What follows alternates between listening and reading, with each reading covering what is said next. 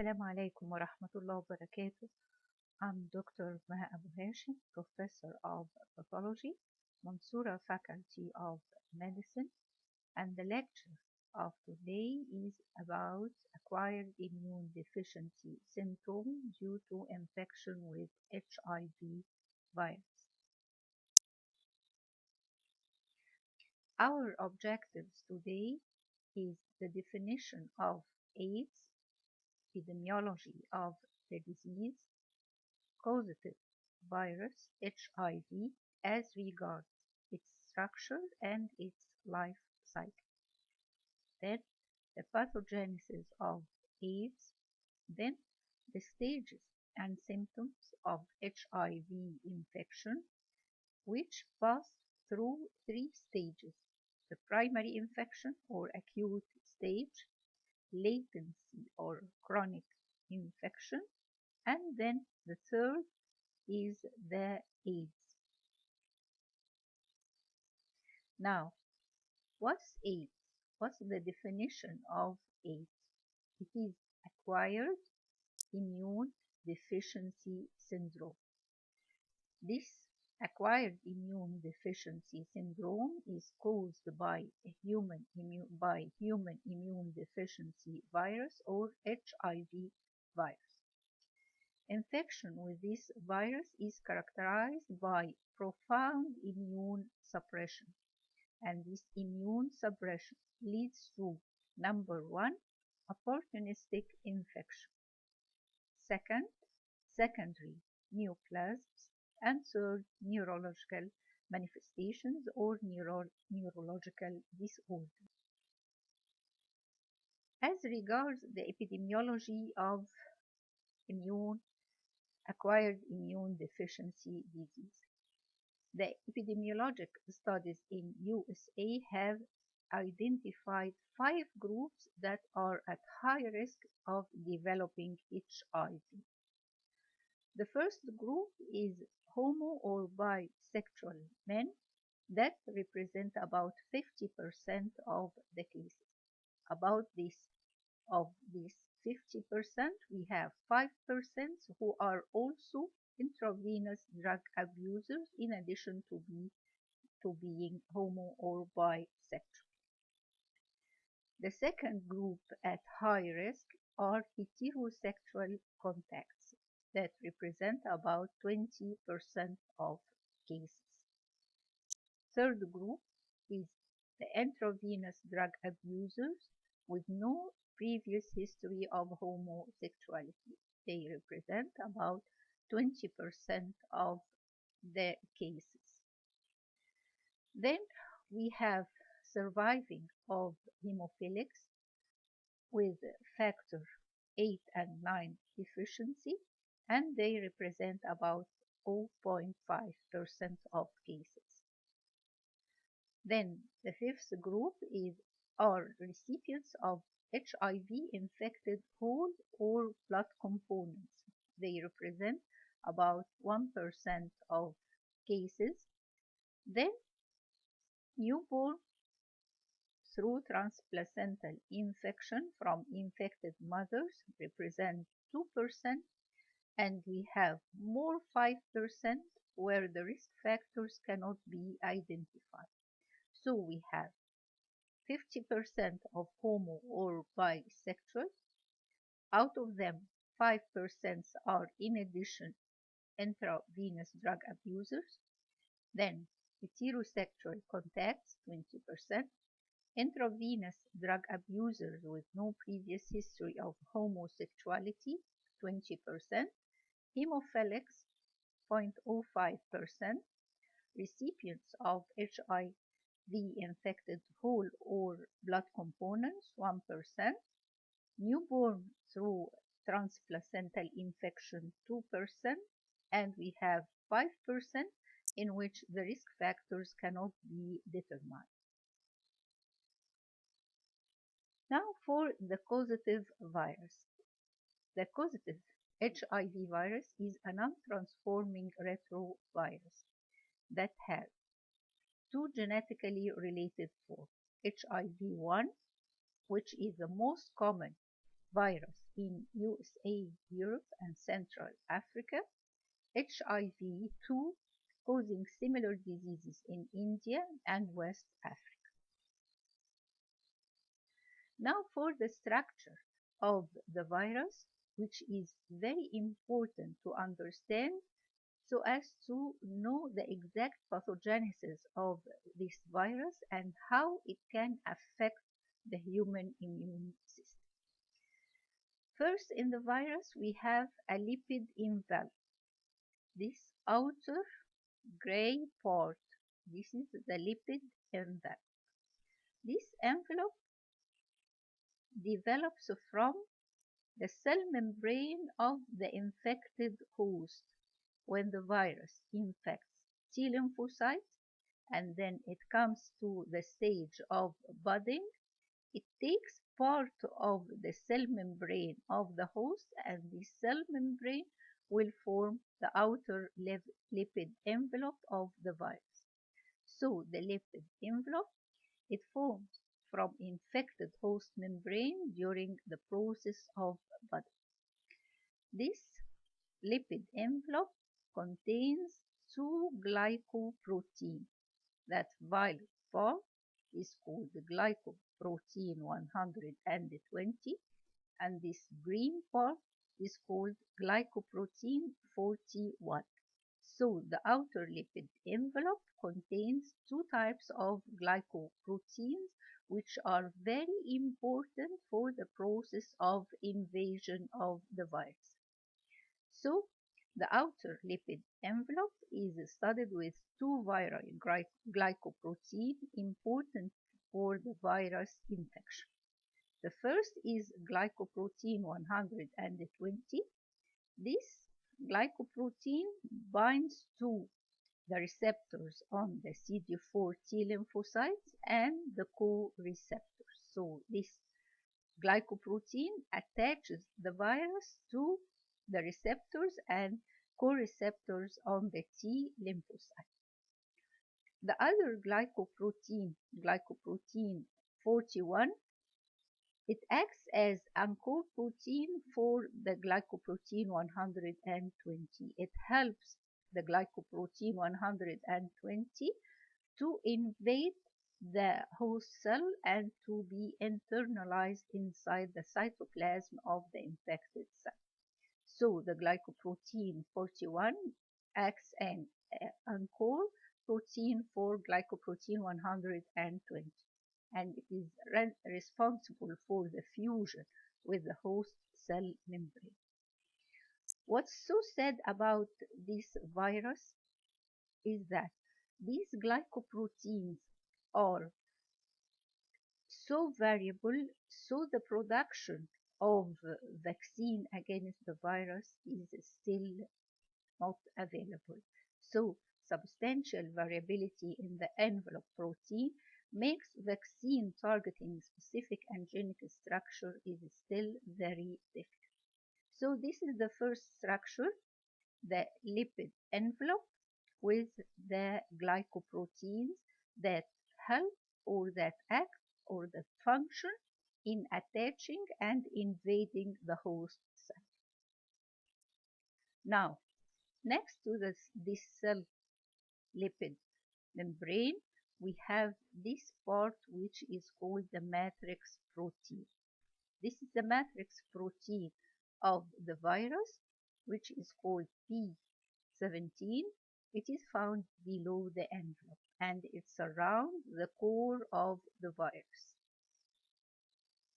Now, the virus core, see here this part, this blue part.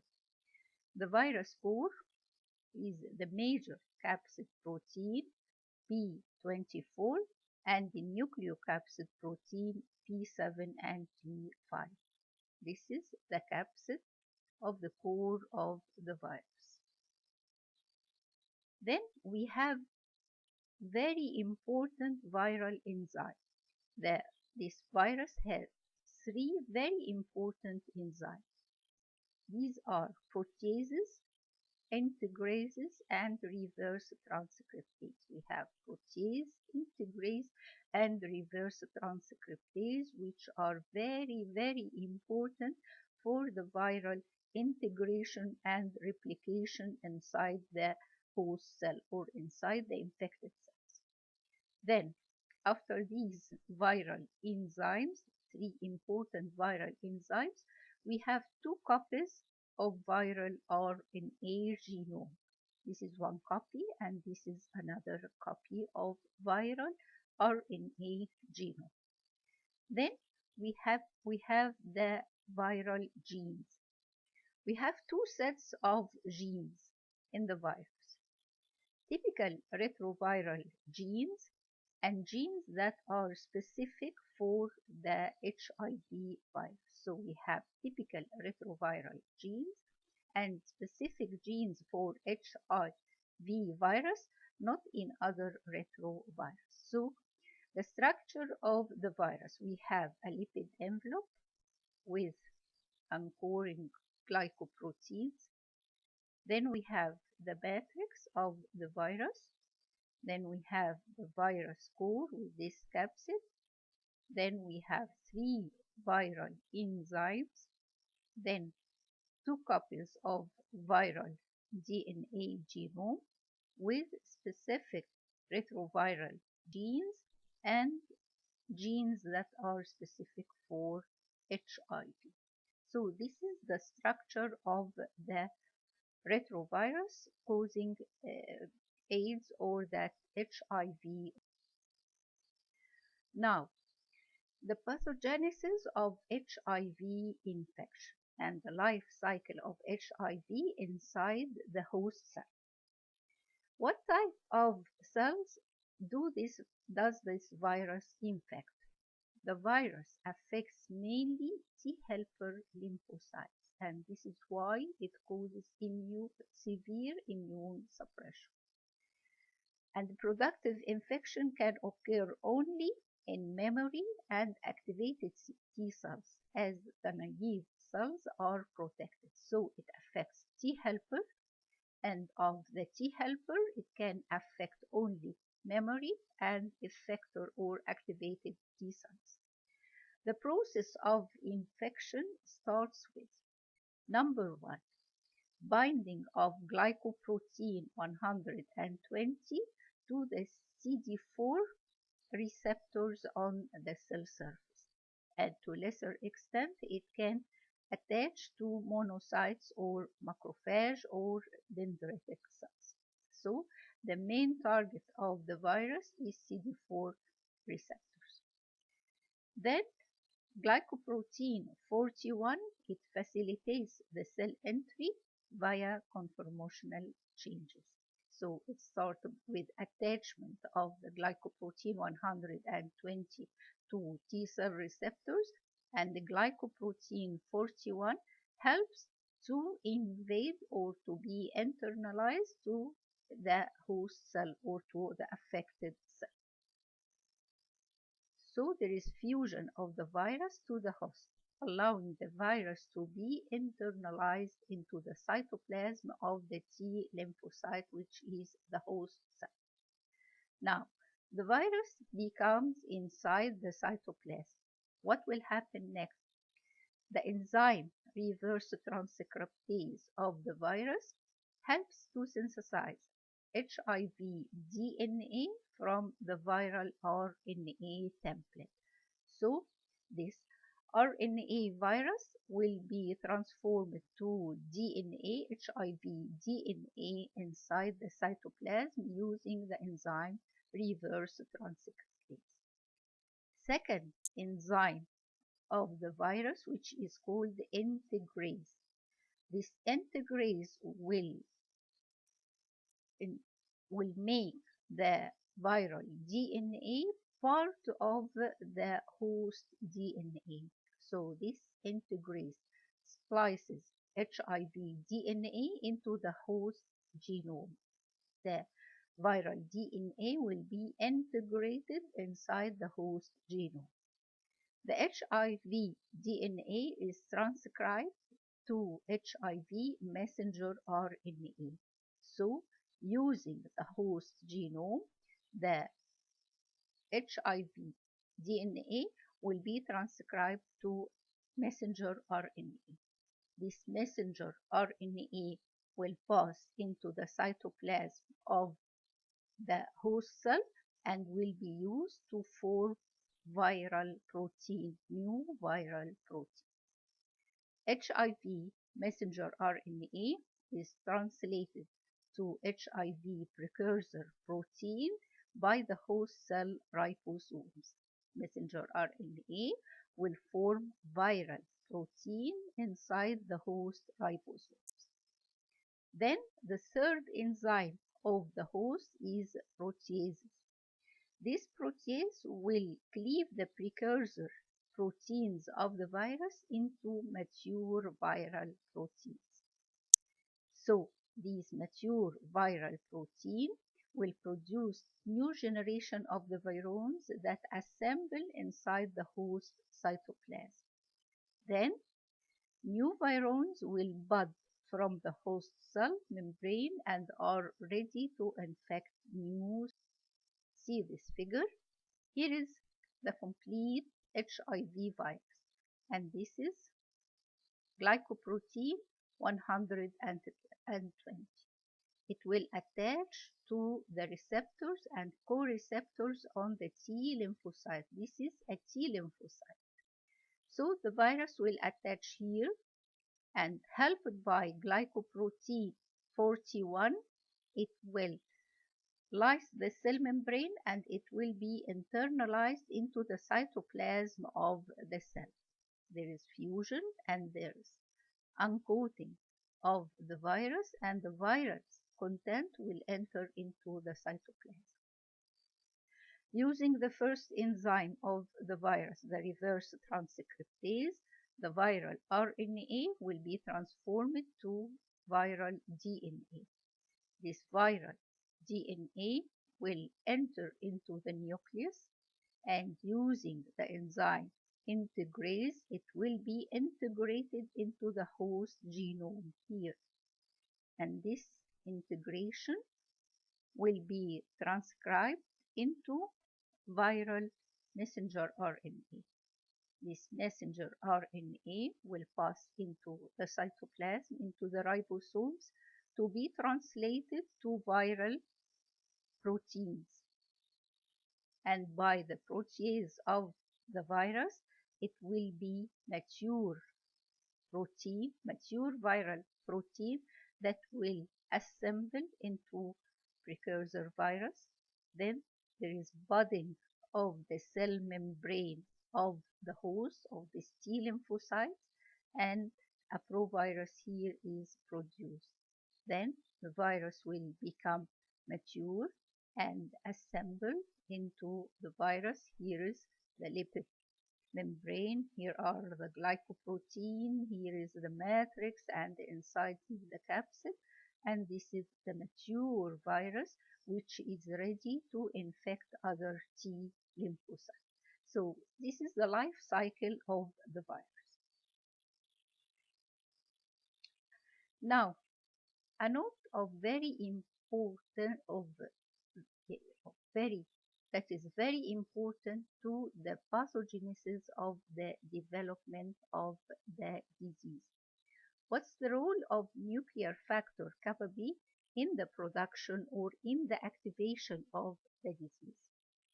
Normally, the nuclear factor Kappa B transcription factor is a transcription factor that moves to the nucleus and binds to regulatory sequences within several genes, including the genes that produce cytokines and other immune mediators. They promoting their transcription.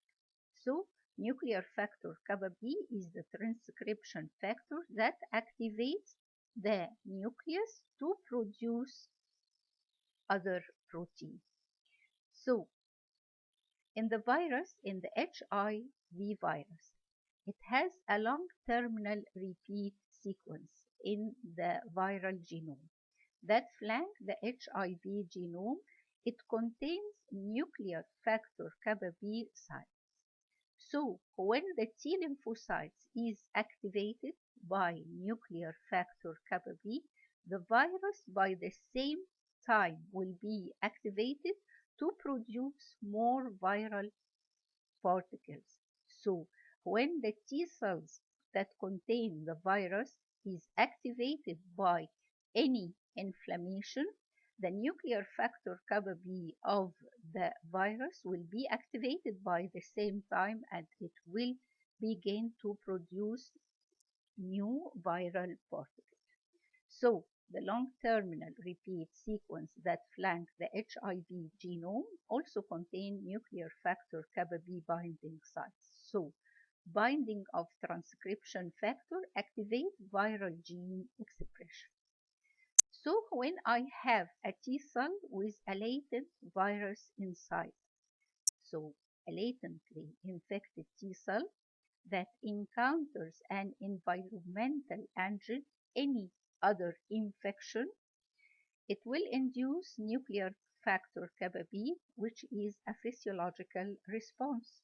However, this physiological response will activate the transcription of the HIV proviral DNA inside the T cells, and this is the pathologic response or pathological outcome that is called subversion from within, from a physiological response to a pathological response, from a physiological response of the T cell to produce cytokine against infection to a pathological response that will stimulate the production of new viral particles. So this is the role of nuclear factor Kappa B in activating a latent infection inside T lymphocytes. So see here, this is the first step of infection with HIV, and this is a T lymphocyte. This viral particle will attach to the receptor of the T cells. Then it will be internalized and a latent T cell will be produced. Here is a latent T cells.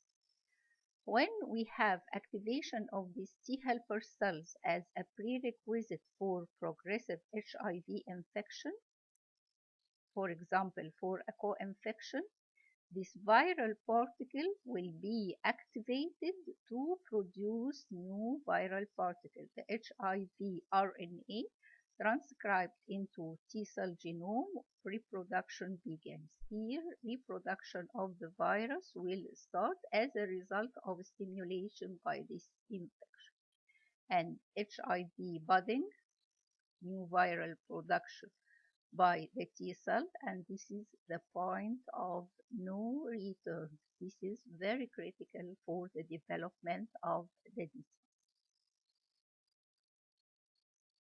Now, what's the cause of pathology that is produced by the virus? What's the pathogenesis?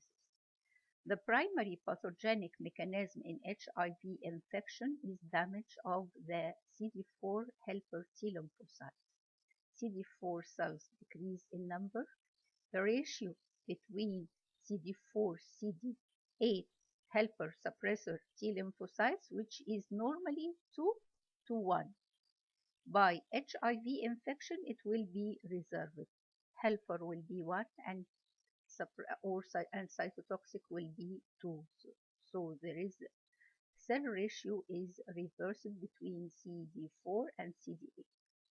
The profound immune suppression seen in AIDS is due to depletion of the T helper T lymphocytes. So infection by HIV will deplete the body from its CD4 helper T lymphocytes, so there is a severe immune suppression. The pathogenesis and stages of HIV infection. In the acute stage, in the primary infection stage, in the immediate period following exposure to the virus in the acute phase, HIV is present at high level in the blood as detected by HIV antigen and HIV RNA analysis by the PCR. So this is in acute stage. There is proliferation of the viral particle. Then the next step in the chronic or the latent stage, in the incubation period or the chronic stage, the virus settles down to a certain low level called set point. During the incubation period, there is massive turnover of CD4 T lymphocytes, where CD4 cells killed by the HIV virus are replaced efficiently. So I have recovery from CD4 affection, and CD4 will be produced by the bone marrow to replace the lost one. However, this does not stay for too long. Eventually, the immune system fails and AIDS develop when killed T lymphocytes, CD4 T lymphocytes, can no longer be replaced when I have depletion of the CD4 helper T lymphocyte. This is marked by high HIV RNA by PCR, HIV antigen, and low CD4. So the disease passes into three stages. The acute stage of infection, chronic stage of latency, and the AIDS stage when the CD4 count is depleted below a certain level. In the acute stage, the patient will suffer from fever, headache, sore throat, fatigue, muscle pain, and severe chills. In the chronic stage, there is coughing, breathing problems, weight loss, diarrhea, fatigue, and skin rash. In AIDS, there is continuous fever, night sweats, headache, memory problems due to affection of the CNS, and pneumonia.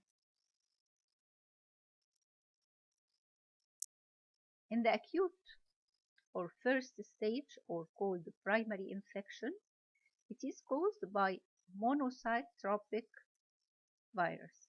There is a transient viremia.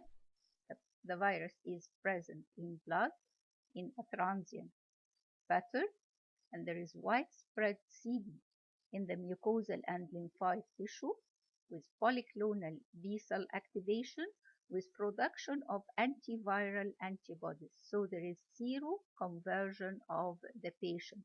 The patient changes from antibody negative to antibody positive against HIV infection. The T cells, the memory cells, get infected. CD4 decrease temporarily. CD8 get activated to attack the viral infected cell, and it will succeed to defend the virus. So this is the primary stage. Clinically here, the symptoms are self-limited in the form of fever, malaise, myalgia, rash, lymphadenopathy, and weight loss. So this is the primary or acute stage of infection. After 6 to 12 weeks, there is partial recovery of the CD4 cell count, and there is clinical improvement. The CDC, Center for Disease Control and Prevention, classified the HIV infection into 3 groups according to the CD4 helper T lymphocyte count. If more than 500 cells per microliter, this is good sign. If between 20 and 499 cells, this is the chronic or latent stage.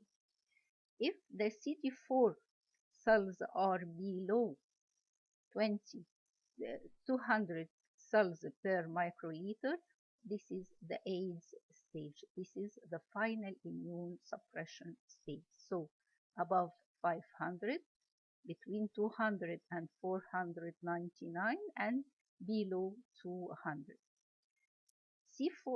CD4 cells count predicts the balance between the host defense and HIV production and the progression rate of the disease. This is good, this is latent, and this is too bad for the patient. The second stage of HIV infection is the chronic infection or clinical latency. It is caused by T-tropic shift. The virus becomes T-tropic. It attacks the T lymphocytes. There is a replication of the virus in the lymph nodes and spleen, and there is increased viral load associated with T cell depletion. Clinically, there are variable clinical outcomes for this stage according to the defense of the body, according to the immune competence of the immune system of the body. So it may be a stage of latency for about 7 to 10 years, maybe minor infection as Candida. The patient will suffer minor forms of infection. So this is the first possibility. The second possibility is rapid progression, rapid decline in the clinical stage of the patient. Within 2 to 3 years with no treatment, there is rapid progression of the disease. The third possibility is elite controller. About 1% of patients will have vigorous antibody against HIV and with undetectable plasma virus. The immune system of the patient will control the infection and will overcome the HIV infection. This will be very happy to the patient. The last possibility is long-term non-progression. 15% of cases will have low viral load, stable CD4 positive count with no symptoms for 10 years or even more.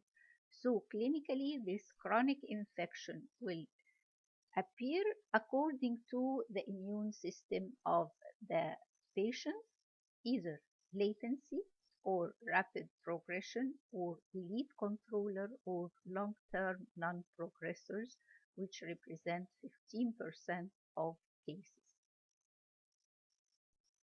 Now the third and final and worst stage of the disease is the development of AIDS.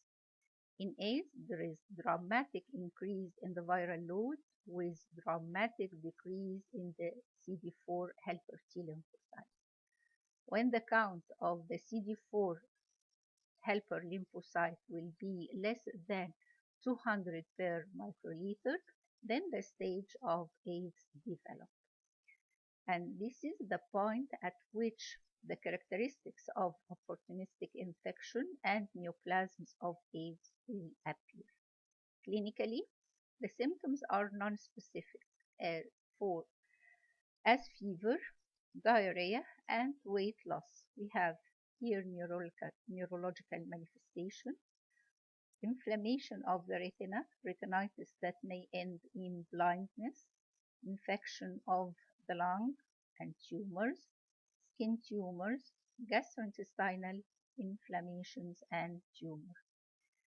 Clinically, nonspecific manifestation or clinical presentation such as fever, diarrhea, weight loss, and AIDS indicator of the disease as opportunistic infection, secondary neoplasms, and neurological manifestations. Now, what are the types of opportunistic infection that develop with AIDS? First and most important is Pneumocystis jirovecii, or previously formed as Pneumocystis carinii. It is here. This is the blue dots are Pneumocystis carinii. The most frequent opportunistic infection seen with AIDS, it commonly produces pulmonary infection but rarely disseminates outside lungs. Here, Pneumocystis carinii. The most frequent clinical finding of this patient is pneumonia with acute onset, fever, and non-productive cough with dyspnea. So this is one of the most important and characteristic opportunistic infection. Second, also important infection is with cytomegalovirus. In cytomegalovirus is one of the most frequent disseminated opportunistic infections seen with AIDS. It causes the most serious disease as pneumonia of the lung, but can also cause serious disease in the brain and gastrointestinal tract. To diagnose cytomegalovirus, we have a large cell here with large nucleus with intranuclear inclusion body surrounded by a halo. Cytomegalovirus is identified by the presence of a very large cytomegalic cells with enlarged nuclei that contain violations, intranuclear inclusion surrounded by a clear halo. This is the nucleus, megalo cells with large nucleus, intranuclear inclusion body.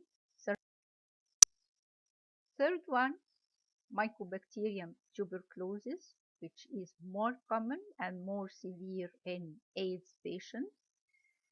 And it can occur in HIV and in other patients, so it can be in other subjects not infected with HIV. However, Mycobacterium avium complex MAC infection is more unique for AIDS and is characterized by involvement of mostly all organs of the mononuclear phagocytic system, such as lymph nodes, spleen, liver, and bone marrow. So I have Mycobacterium tuberculosis and Mycobacterium avium complex. Of the most important opportunistic infection is fungal infection with Candida, Candida albicans. It can occur in the mouth cavity or in the esophagus, and in the esophagus it may be so severe and it may be invasive. So Candida albicans is seen here as an invasive process in the esophagus, and here it is stained with pus stain. So this is a fungal infection that develops with increased immunity in another protozoal infection seen in infected patients is Toxoplasma gondii. Here, it can occur in the brain and rarely in other organs. So a protozoan parasite is seen most often lead to infection of the brain with AIDS. The lesions are usually multiple and have the appearance of abscess. Less commonly, Toxoplasma can be disseminated to other organs such as the lymph node. Other opportunistic infection, herpes simplex, which is very common, herpes zoster, and gastrointestinal protozoal infection, Cryptosporidium, Microsporidium, and Isospora, that are all capable of producing voluminous watery diarrhea in patients with AIDS. And diagnosis can be done by either by stool analysis or by intestinal biopsy. Then what are the malignant tumors that develop with AIDS? I have Kaposisarcoma, which may occur in the skin or in the internal organs. Nonhodgkin lymphoma that characteristically affect other organs than the lymphoid system, such as the brain. Squamous cell carcinoma of the uterine cervix due to increased viral infection by human papilloma virus. Let's start with Kaposisarcoma, which is the most common neoplasm, and it is formed of spindle cells forming vascular channels together with chronic inflammatory cellular infiltrate and extravasated blood.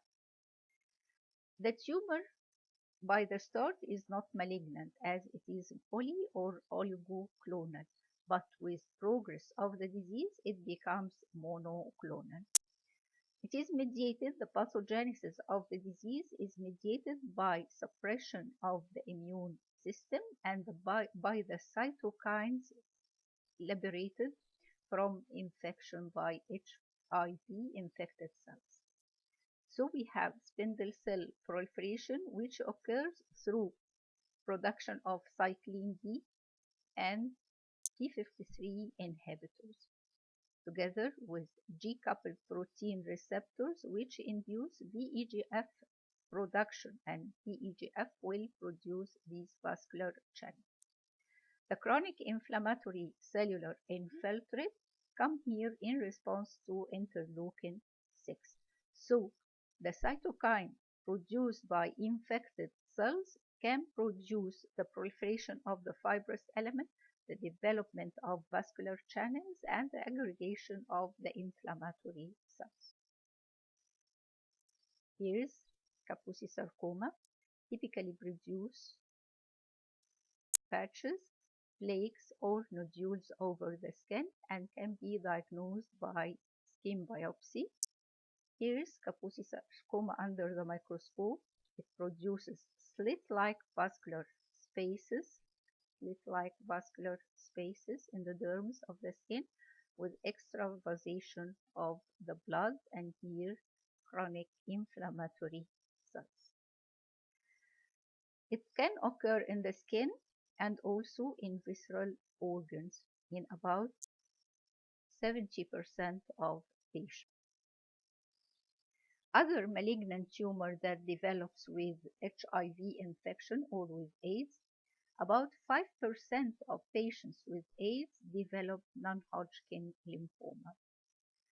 First type are tumors induced by oncogenic virus such as Epstein-Barr virus. There is marked decrease in the T cell, will cause or will result in unchecked proliferation of the B lymphocytes, which will result in mutation of these B lymphocytes. So there is a highly aggressive B cell lymphomas composed of tumor cells infected with oncogenic viruses such as Epstein-Barr virus. It may occur extranodal, such as in the brain, in the gut, orbit, or in the lungs. Other type is germinal cell B cell hyperplasia. There is increased mutation in the germinal centers, as in Burkitt lymphoma, diffuse large B cell lymphoma, which are associated with MYC or BCL6 oncogenic mutations. Here is a case of lymphoma of the CNS. Malignant lymphoma seen with AIDS are typically of high grade, extranodal, and often in the brain. They are very aggressive and they respond poorly to therapy. Here is high-grade lymphoma infiltrating the brain in a patient with AIDS. Other types of lymphoma may include Hodgkin lymphoma, especially mixed cellularity and lymphocytic depletion types. Other tumors, squamous cell carcinoma of the uterine cervix and anus due to increased human papillomavirus susceptibility. Now, what are the CNS manifestations of AIDS? They occur in about 40 to 60% of patients, and they include opportunistic infection, bacteria as nocardia producing meningitis, viral Jacob-Christfield papovavirus will produce progressive multifocal leukoencephalopathy. Parasites as Toxoplasma producing encephalitis, fungal infection as Cryptococcus producing meningitis and encephalitis. The neoplasms in the brain including Kaposisarcoma and high-grade B-cell lymphoma. Other lesions in the CNS include aseptic acute meningitis, AIDS dementia complex, progressive encephalopathy, and peripheral neuropathy. Thank you very much for your attention.